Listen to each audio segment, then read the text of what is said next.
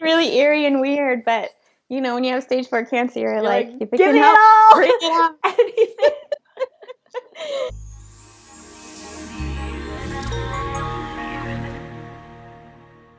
Hi, I'm Nalie, and welcome to the Nalie Show, where I help you beat your battles and be the best version of you. Are you living with cancer? Well, today's video is for you, but for those who don't want to just survive, but thrive. Today I am Skyping with Stephanie Seban. Stephanie and I have the exact same cancer. So I'm talking about stage 4 metastatic breast cancer to the lungs. ERPR positive, HER2 negative. But her lungs were covered in so many nodules that they actually collapsed. But she's doing so well today and she's running upstairs in Santa Monica. So for me, she's a bright look into my future. On her blog, stephanieseban.com, she shares her healing journey and overall tips on healthy living. She did do traditional treatment, but she believes her major cancer shrinkage has a lot to do with her complementary therapies. She's actually the one who convinced me to take cannabis oil, and the only person I trust when it comes to talking about other cancer cures. We've been talking a lot on Instagram and iMessage, but this is the first time we're actually seeing each other on Skype. So I asked myself, why not pick her brain on the Nalie Show and ask her questions I was gonna ask her anyway, right? Because she's doing amazing and she looks amazing and I wanna know how. And together, we are gonna give you 5 complementary therapies so that you can thrive with cancer. Because if you're anything like Steph and I,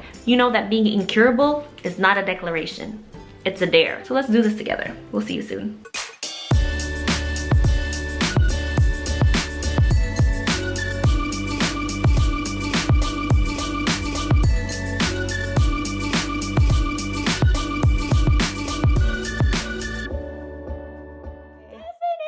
I'm so excited to meet you or like finally speak to you. I know. Oh my gosh.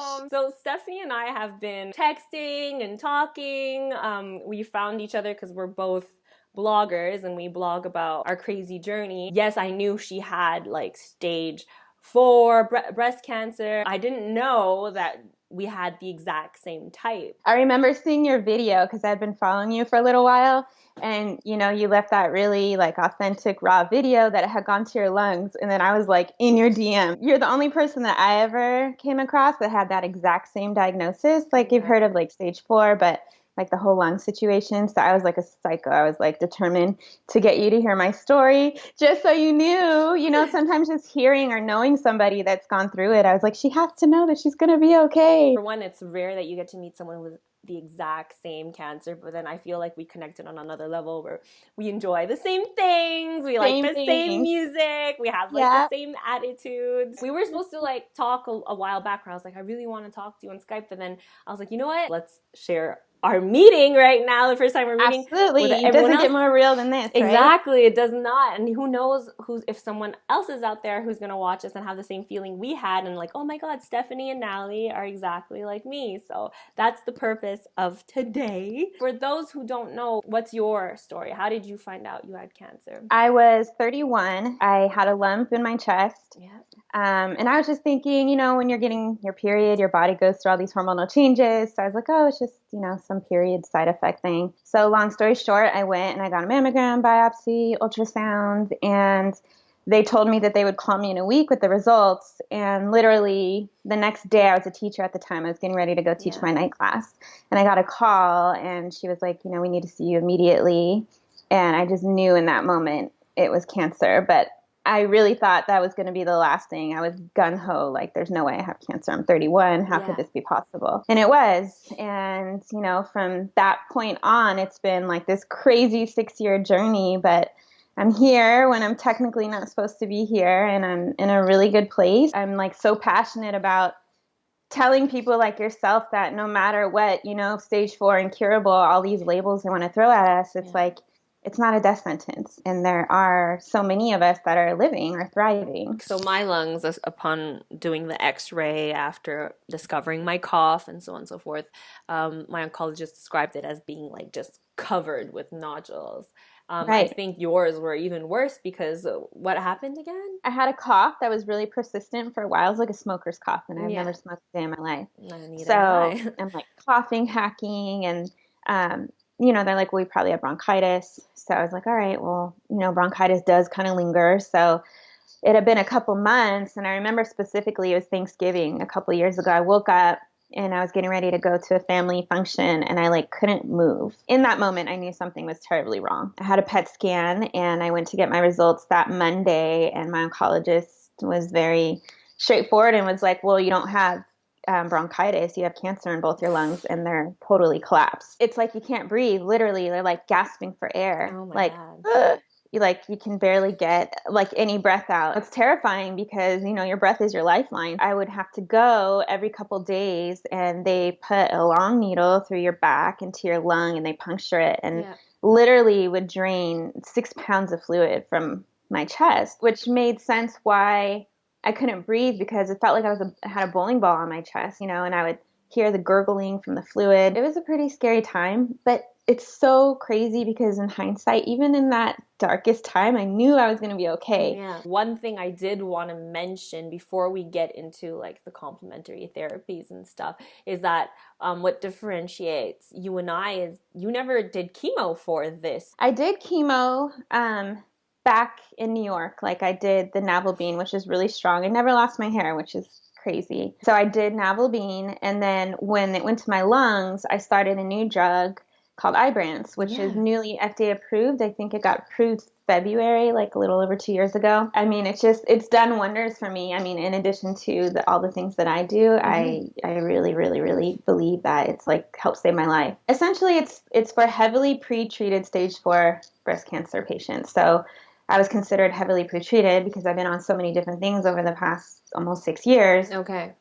So I started this pill. It's still chemo, but it's a pill. So I guess technically I'm still on chemo, but I'm just not going and getting like hooked up to an IV every few weeks like I was. That would be great if I didn't have to do that too. Yeah. But I think it's just so interesting because a lot of people don't know about it, especially if you're not from the United States. That's why I was like, there's so many other options, which is pretty hopeful, you know, and especially to see how you're doing. You didn't lose your hair. You just look great. And your last scans, what did they show? Well, there's like an important part to that story. It was so bad that they told me I would have to have at least 15 more lung taps. And my lungs were filling up so quickly that they said I was going to have to get a catheter and drain my lungs from home. And I was like, oh, hell no. Like, this is not happening. I'm not draining my lungs at home. So I started doing like my complementary therapies. I had started the Ibrance, and I just remember like talking to God, like, not happening. This can't happen. And I remember waking up, it was January 21st, and I went to go get my tap. They had just done the right lung, and they were going to do the left lung because they couldn't do them both at once because it's like really painful. So I went to go get the left lung done, and I told the nurse, I said, please do an ultrasound before you call the doctor to do the tap. She did an ultrasound, and the doctor walks in, and he's like, that's the right lung, right? Because the right lung should be empty because it just drained it yesterday. Yeah. So she's like, no, that's the left lung. And he's like, wow, okay, well, you know, it's definitely a lot less fluid. The fluid has subsided, so you obviously have a really good gauge on when you need to come in. So you know, you're free to leave today, and when you can't breathe, just come in. And I never went back. That was January 21st, and like I could just feel myself every day getting better. Like I had this little machine at home, and I would like measure my breath, and every day I could see, okay, my lung capacity is coming back little by little. Now, you know, fast forward to today, I've had about 3 scans since then, and my lungs are totally clear. Amazing. So you're considered NED, no evidence of disease? Oh, no. Oh, one day. Okay. Okay. No, my lungs are clear. I still have spots, but I mean, my lungs are totally back, you know, back to normal. There's no cancer in my lungs. I still have spots on my breast. I'm waiting to get but you mastectomy. Okay, you're waiting to get the mastectomy. Right. So you are currently, technically, you're like a Chris Carr. You're living with cancer, right? Yes. And that's why I think it's so important to share your story because, you know, a lot of people automatically, you know, have this picture of people living with cancer and they don't look like the beautiful Stephanie here. I mean, I am so blessed, you know, and it's hard sometimes for me. I feel like it's such a struggle to get my story out there because I look healthy. I feel like unheard sometimes, but I feel like there's such a message to people, and I'm like trying so hard to get that message out there that, you know what, cancer looks so many different ways, and, you know, you can live with cancer. They say 1 in 5 women with my diagnosis make 5 years, right? And I don't really like statistics, nor do I really believe in them at all. But that's what they say. And this June will be 6 years, and I'm not just living and like barely getting by. I'm like really living my life. And this better, girl, if you follow her on Instagram, she's freaking jogging up the Santa Monica stairs. Like, I'm watching her Insta stories like, what the hell? How did this girl have like the same cancer as I, or has the same cancer as I? You're killing it. You're working out. You're going out with your girls. You're partying. You're having a good time. So Stephanie doesn't let cancer take over her life, but she does have thorough tricks and tips, and that's why I really wanted her to be on the Nalie Show, because it's so important, because a lot of people are like, but how? What do I do? I want to know what you do, because I feel like, you know, you're 5 years ahead of me in terms of like, you know, the diagnosis. So that's why you're going to give 5 complementary therapies to beat cancer, to live with cancer, to especially thrive, right? Yes. Thrive with cancer, because we're thrivers. We are thrivers. I have it. I can't see it, but it says on my necklace. And I have one for you too. I have to send it. Number one. Number one is cannabis oil. This to me was so instrumental in clearing my lungs. Over the years, I kept hearing about cannabis oil, and I kind of avoided it until it got into my lungs, and everyone kept saying like, you know, this can heal you. And then I also found a doctor in Santa Monica here, and he was an actual MD at UCLA. At the time, like I was explaining, I couldn't even get out of bed, so I Skyped with him for my first doctor appointment. And I just felt like, wow, I know this is going to help me. So he, over our Skype interview, he said, you know, is it good that it went to your lungs? Absolutely not. But the good news is that I see the quickest response to lungs. And I have my pen here. So this was like my save my life. Your savior. My savior. So he said, take that pen every hour on the hour, and your lungs are going to get better really quickly. So at that point, it's like, what do I have to lose, right? Exactly. So I started the Ibrance, I did the pen, and lo and behold, I really feel like I told you I could gauge myself getting better every day. I was like breathing into this machine, and my breaths were getting stronger. So I know that the cannabis oil essentially like helped save my life. And that's why when I found you on Instagram, I was like in your DMs, like, I feel like I got mine here too. Number 2, Chinese herbs. I read this book and I recommend it to anybody who has stage 4 cancer, or cancer at just cancer in general. So it's called Radical Remission by Dr. Kelly A. Turner. And this book seriously changed my life. So one of the things that really stuck out to me was Chinese herbs. With any complementary therapies, I mean, as we all know, if you have cancer, everyone has a solution, right? So you're getting like 200 different things, but you really have to pick what resonates with you. For me, it was like, okay, I'm super into this like Chinese herb thing.